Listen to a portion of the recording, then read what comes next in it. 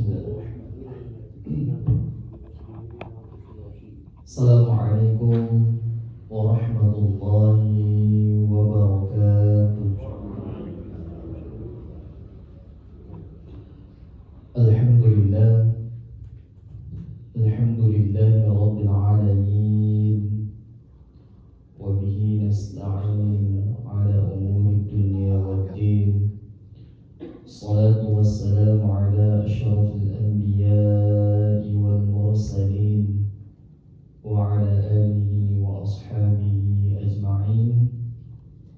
Amma ba'd. Qala Allah ta'ala fi kitabihil Qur'aniyil karim wa huwa asdaqul qa'ilin. A'udzu billahi minasy syaithanir rajim. Bismillahirrahmanirrahim.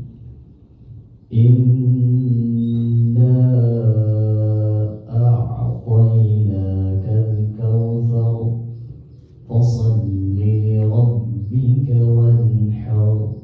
Inna syani'aka huwal abtar. Wa qala 'aidan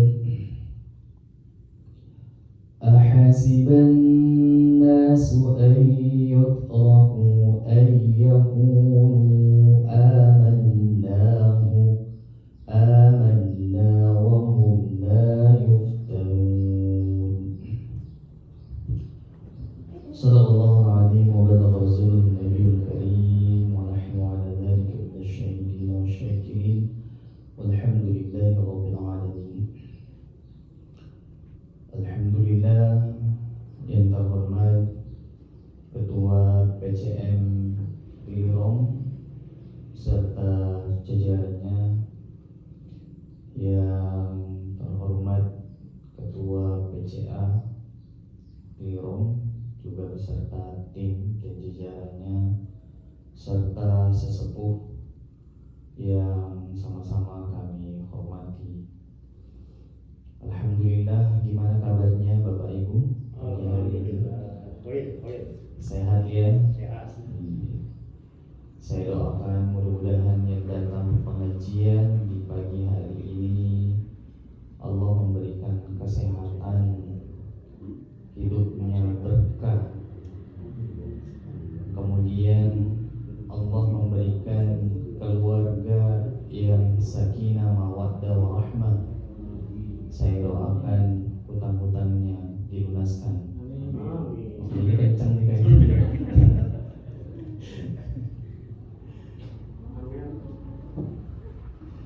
Alhamdulillah, salawat dan salam senantiasa tercurah kepada junjungan baginda Rasulullah SAW. Mudah-mudahan kita semua mendapatkan syafaatnya di yaumil akhir kelak. Bapak Ibu yang dimuliakan oleh Allah Subhanahu wa taala, untuk topik bahasan kita yaitu mengenai implikasi daripada Idul Kurban terhadap ukhuwah dan kepedulian sosial. Kalau kita melihat sebetulnya daripada sejarah berkurban itu sebetulnya itu sudah ada pada saat zaman-zamannya Nabi Adam alaihissalam. Ketika dia memiliki anak, anaknya itu disuruh untuk menyediakan kurban, ya.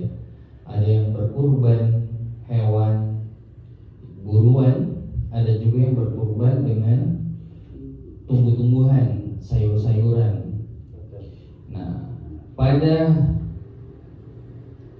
literasinya atau sejarahnya yang kita kenal itu pada saat di zamannya Nabi Ibrahim alaihissalam beserta dengan anaknya. Kalau kita melihat bahwasannya kurban itu ya yang dilakukan itu kan historicalnya panjang. Karena ada dua ibadah yang berbarengan, ibadah haji. Ibadah haji adalah implementasi yang kita lakukan untuk mengulang kembali apa yang pernah dilakukan Nabi Ibrahim dengan keluarganya. Nabi Ibrahim beserta keluarganya, itu kan dulu istrinya ada dua yang terkenal, ya, Hajar dan siapa Bapak Ibu? Sarah. Nah, ternyata Nabi Ibrahim alaihissalam ketika waktu dia menikahi Siti Hajar melahirkan Ismail, keturunannya Ismail, pada saat itu Nabi Ibrahim berdakwah dia meminta Rabbi habli minas salihin, untuk diberikan anak yang saleh. Dan ternyata ketika sudah memiliki Ismail ada, kemudian Nabi Ibrahim disuruh untuk meninggalkan keluarganya. Karena ini perintah. Nabi Ibrahim disuruh untuk pergi ke Yordania, Palestina sana untuk berdakwah, meninggalkan anak yang baru lahir dan istrinya Hajar. Ketika ditinggalkan, karena yang ditinggalkan ini adalah seorang wanita yang salihah, dia bertanya, Ibrahim, kamu ingin kemana? Ibrahim itu dalam riwayat dia hanya diam dan tidak menoleh, kemudian pergi. Ditanya lagi, Ibrahim, kamu ingin kemana? Apakah kamu tidak tega meninggalkan kami di padang yang tandus ini, ya, Bukit Safa, Marwah, ditinggalkan? Apakah kamu tidak tega meninggalkan kami di sini, Ibrahim? Ibrahim itu berdiam, kemudian berangkat lagi. Selama 3 kali pertanyaan Ibunda Hajar diganti, apakah engkau meninggalkan kami dengan perintah Allah? Maka Ibrahim menengok dan mengatakan iya, dan dia pergi. Bapak Ibu yang dimuliakan oleh Allah Subhanahu wa taala, kalau kita melihat bahwasanya ternyata orang-orang yang dekat dengan Allah itu, ya, dia tidak memiliki keistimewaan tanpa diuji. Pasti ada ujiannya. Makanya tadi yang ayat saya bacakan, ahasiban nas, apakah orang-orang itu mengatakan ayyutraku ayyaqulu amanna, kami ini beriman kepada Allah Subhanahu wa ta'ala, kami ini hamba-Mu yang beriman. Dia mengatakan amanna, kemudian apakah kita biarkan begitu saja? Tentu tidak. Wa hum la yuftanun, maka mereka akan diuji, diberikan ujian. Kalau dalam hadis Tirmidzi, ya, diberitahukan bahwasanya siapakah ujian yang terberat yang diberikan kepada manusia, yaitu adalah al-anbiya, para nabi. Kemudian siapa ujian yang terberat akan diberikan, yaitu orang-orang yang mengikutinya. Jadi ini perkara di dalam dunia ini adalah ujian. Kan manusia itu hanya 2 saja. Ketika dia mendapatkan nikmat, maka dia bersyukur. Ketika dia mendapatkan ujian, maka dia bersabar. Wasta'inu bis-sabri was-shalah. Kemudian dalam salat kita pun juga selalu mengatakan, kalau kita berdiri melaksanakan salat, alhamdulillahi rabbil alamin, ar-rahmanir rahim, maliki yaumiddin, iyyaka na'budu wa iyyaka nasta'in, ihdina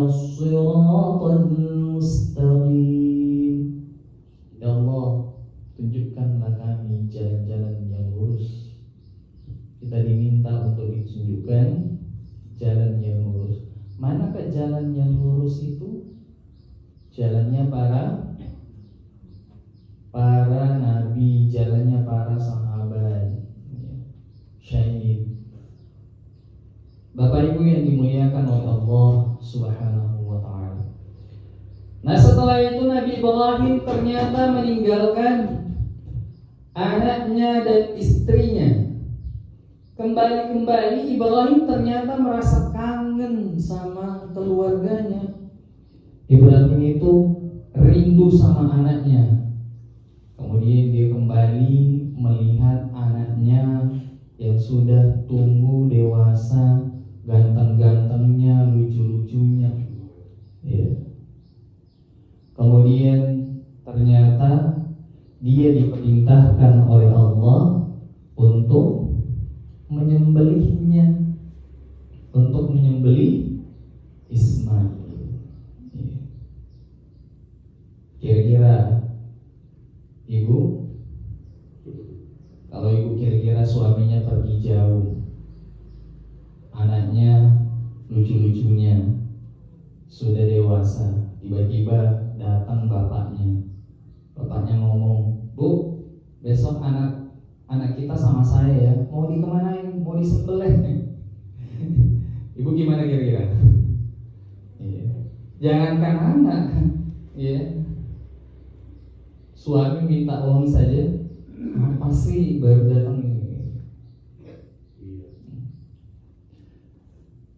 Tapi ternyata Hajar karena imannya sudah kuat, imannya, keyakinannya kuat, maka dia mengatakan, "Jangankan anakku, diriku pun juga saya akan serahkan." Sehingga dalam kisahnya, riwayatnya, Siti Hajar itu digoda sama jin, iblis, untuk menghalangi daripada perbuatan Ibrahim yang membawa anaknya untuk disembelih. Sehingga Hajar mengambil batu dan melemparkannya, maka terkenal lempar jumroh itu. Bapak Ibu yang dimuliakan oleh Allah Subhanahu wa taala, saya doakan nanti mudah-mudahan kita semua dipanggil oleh Allah Subhanahu wa taala untuk mengunjungi Baitullah. Dan setelah itu, ketika Nabi Ibrahim diberikan wahyu melalui mimpi oleh Allah Subhanahu wa taala, maka di dalam Al-Qur'an dijelaskan dia memanggil anaknya, "Ya bunayya." Wahai anakku, dalam mimpiku saya melihat aku menyembelihmu. Bagaimana pendapatmu, wahai anakku? Kemudian anaknya mengatakan, Ismail mengatakan, "Kalau itu perintah Allah, maka saya menjadi anak yang menurut dan bersabar." Bapak Ibu yang dimuliakan oleh Allah Subhanahu wa taala. Kemudian setelah itu ternyata Ismail ingin disembelih oleh bapaknya Ibrahim.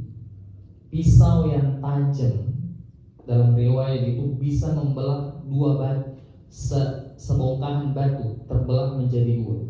Saking tajamnya pisaunya Ibrahim. Tapi ternyata Allah berkehendak lain.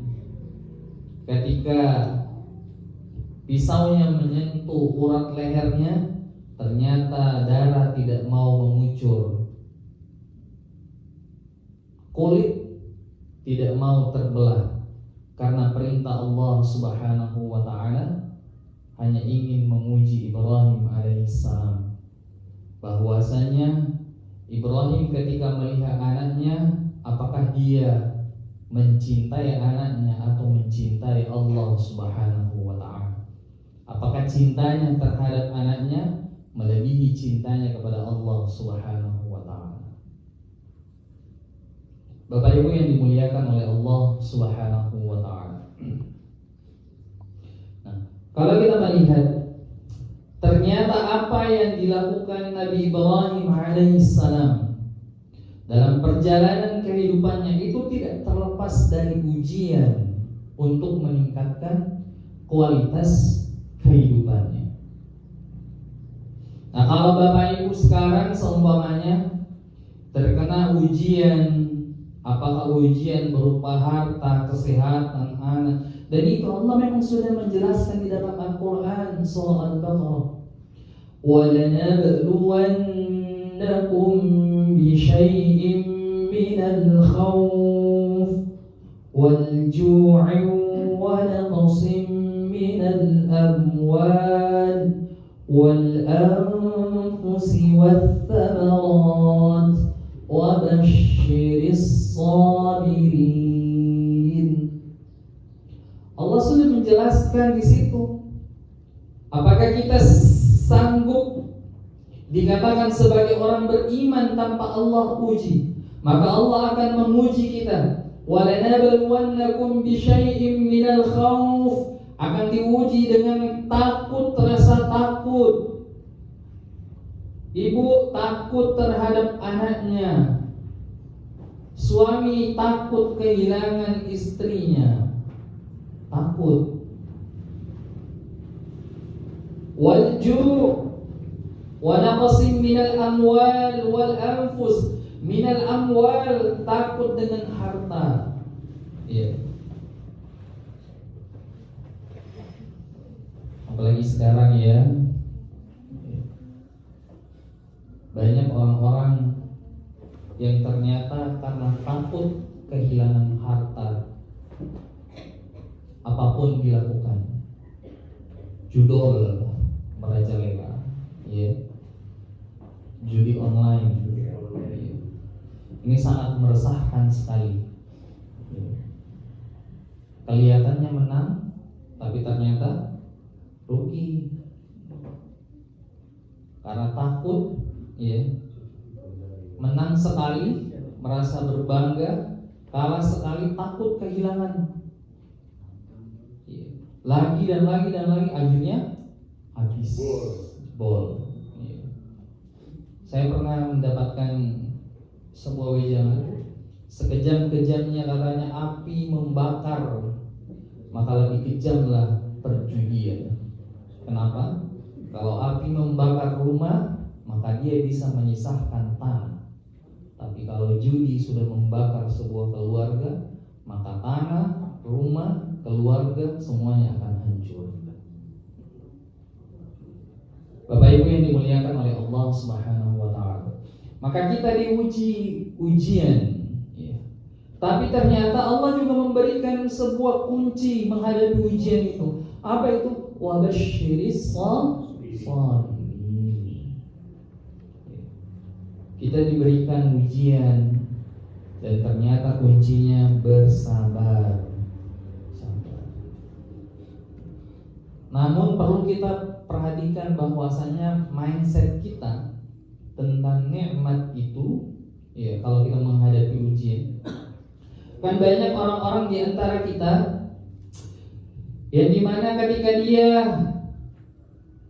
mendapatkan sebuah karunia menurutnya, bekerja, ternyata kerjaannya lancar, gajinya tinggi, keluarganya baik, kemudian apapun yang dia lakukan baik, walaupun tidak melaksanakan perintah Allah, salatnya amburadul, tapi kehidupannya tenang-tenang saja. Dia mengatakan, sesungguhnya Allah cinta kepadaku. Tetapi ketika dia mendapati kerjaannya kurang baik dan ternyata keluarganya kurang harmonis, ketika dia mendapati di sana ditipu, di sini ditipu, padahal dia sudah melakukan perbuatan baik, dan dia mengatakan Allah membenciku. Kalla, sesungguhnya tidak begitu. Sesungguhnya tidak begitu. Jadi pola mindset kita harus diubah.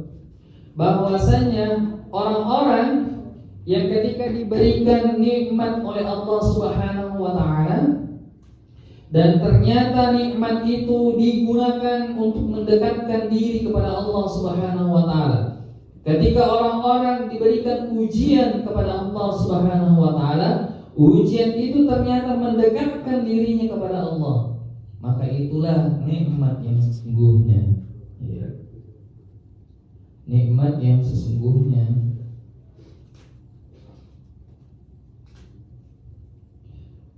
Bukankah Allah mengatakan di dalam Al-Quran bahwasanya orang-orang yang termasuk dibenci atau diberikan hukuman yang paling berat kepada orang-orang yang dimana ternyata dia ditutupi hidayah kepada Allah untuk mengenal Allah. Khatamallahu ala qulubihim wa ala sam'ihim wa ala absarihim ghishawatun. Sesungguhnya dia ditutupi matanya, ditutupi pendengarannya, telinganya, hatinya ditutupi. Sesungguhnya itulah azab yang sangat pedih. Jadi ketika kita diberikan ujian, belum tentu itu adalah azab. Bagaimana kita melihatnya?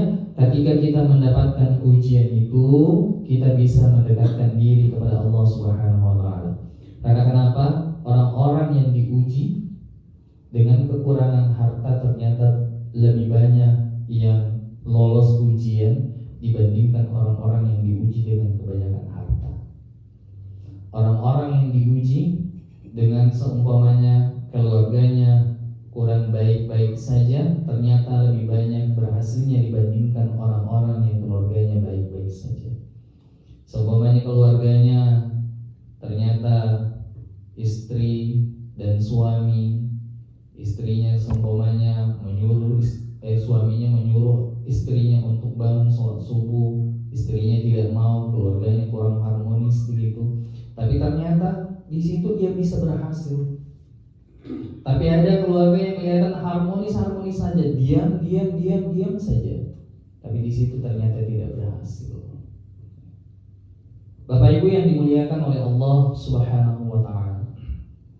Nah, kalau kita melihat bahwasanya potensi kurban ini, perintah Allah Subhanahu wa taala untuk melakukan ibadah kurban bagi kita yang mampu. Dari tadi menghadapi ujian untuk berkurban, untuk memberikan. Ya. Kalau kita melihat asbabun nuzulnya dalam surah Al-Kautsar itu, ya, sesungguhnya pada saat itu Rasulullah SAW kehilangan putranya yang disebut dengan Qasim. Ya. Kehilangan putranya. Dan ternyata Abu Lahab mengatakan bahwasanya Rasulullah itu sudah terputus, jalur nasabnya sudah terputus. Ya. Abu Lahab mengatakan jalur nasabnya sudah terputus karena memang nasabnya itu dari laki-laki, sedangkan Rasulullah kehilangan anak laki-lakinya. Makanya turun ayat Al-Kautsar, Inna a'tainakal kautsar. Sesungguhnya wahai Muhammad Rasulullah, Al-Kautsar, engkau diberikan nikmat yang banyak. Fashalli li rabbika wanhar. Dirikanlah salat, wanhar, berkurban. Salat hubungan kepada Allah, sedangkan kurban itu adalah sesama, membagikan daging kurban kepada sesama. Inna syani'aka huwal abtar. Orang-orang yang membencimu itulah yang terputus. Bapak Ibu yang dimuliakan oleh Allah Subhanahu wa taala. Nah, adapun tentang berkurban ini ternyata bukan hanya sekedar menyembelih saja, tetapi ada yang harus kita perhatikan. Apa itu? Yang kita perhatikan adalah sisi ketakwaan kita kepada Allah Subhanahu wa ta'ala.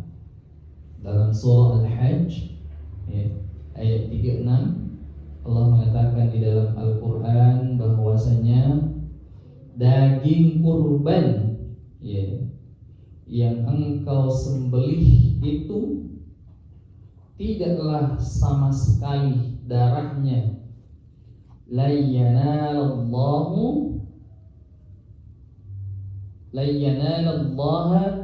nuhumuha.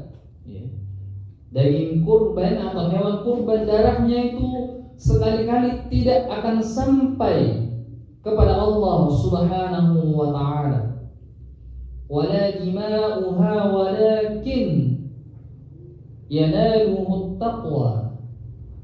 Akan sampai kepada Allah Subhanahu wa ta'ala itu hanyalah ketakwaan kepada Allah Subhanahu wa ta'ala. Jadi dulu zaman-zaman Quraisy itu itu dulu mereka berkurban juga, tetapi mereka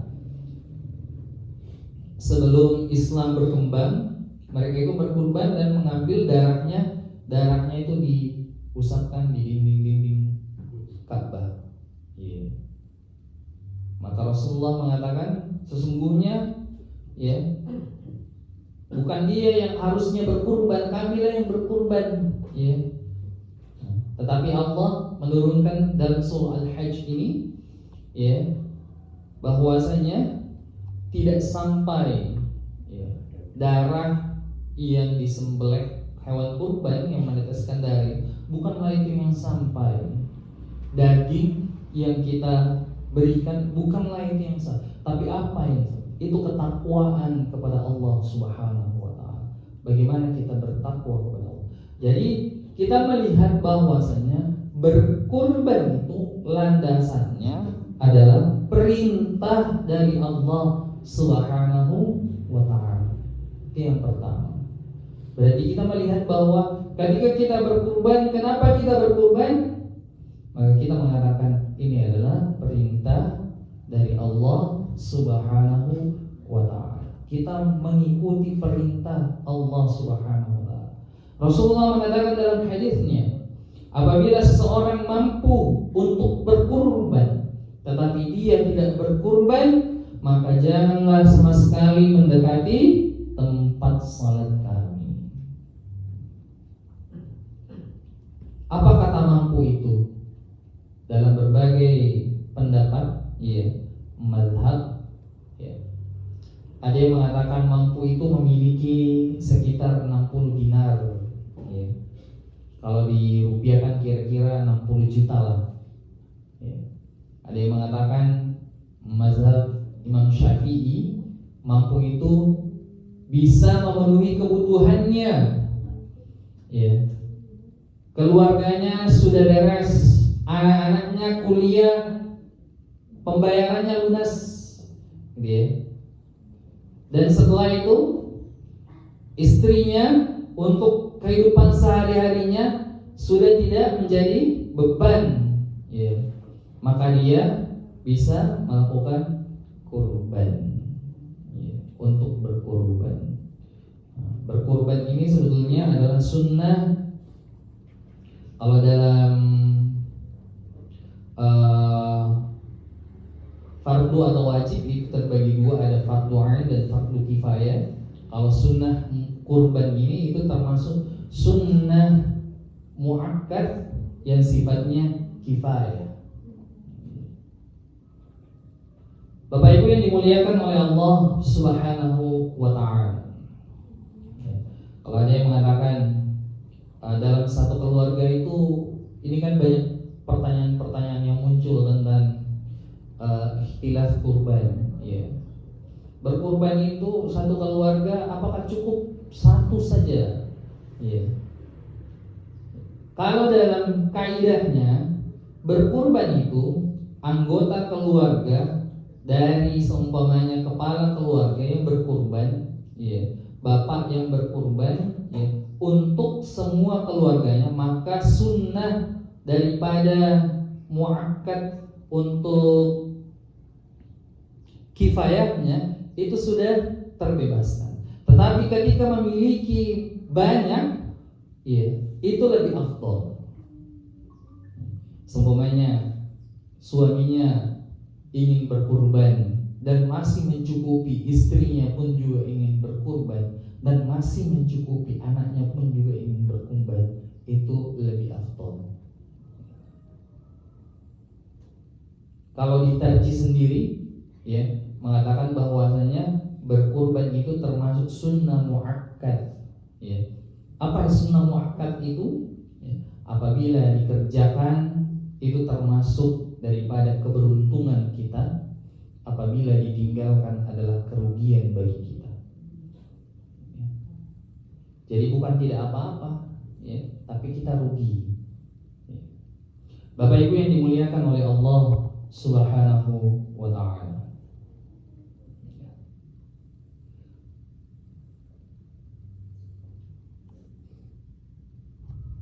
Kita sampai jam berapa ini Pak Ilham? Jam 8 kurang. Jam 8 kurang. Ini jadi jam 7 lebih, berarti sudah jam 8 kurang. Iya. Sedikit saja.